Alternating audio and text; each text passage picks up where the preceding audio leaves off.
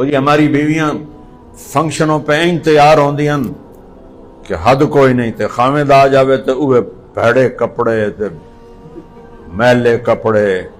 اے اللہ دی بندی آ کچھ خامد واسطے بن ٹھان کے وکھا، تو اس واسطے پیدا ہوئی.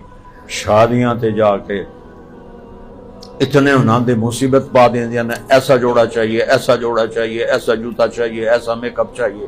میک اپ کیڑا ہوندا ہے؟ ذرا جا پسینہ آوے تے او لکیر آئی تے کالا رنگ بچوں نکل آئے. اپنے خامدوں کا ساتھ دو. ان کے لیے آپ نے کہا، میرے نبی کی حدیث یاد ہے، کہا جنت کی عورت حور اپنے خامد کے لیے ایسے میک اپ کرے گی جیسے ام سلمہ میرے لیے میک اپ کرتی ہے.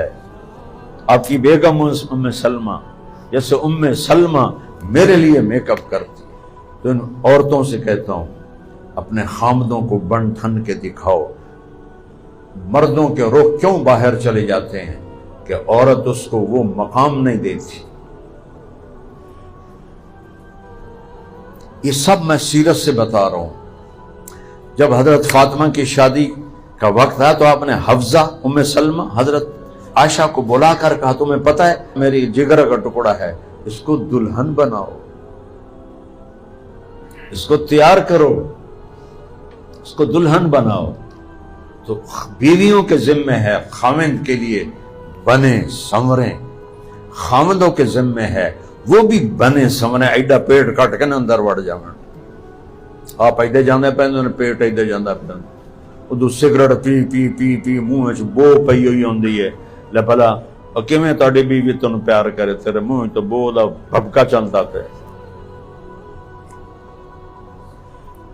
تو تیسری بات اخلاق اچھے کرو. اور آخری بات رزق حلال کھاؤ، حرام نہ کھاؤ. اے 4 کام: 5 فرائض نمازیں، مہینے کے 30 روزے، زکوٰۃ پیسے والے پر، حج پیسے والے اور صحت مند پر. اس کے بعد میں نے صرف 4 کام بتائے ہیں. 6 بڑی کتابوں کا خلاصہ بتایا آپ کو: بخاری، مسلم، ترمذی، ابو داود، نسائی، ابن ماجہ، ابن حبان، موطا امام مالک، موطا امام محمد، مصنف عبد الرزاق.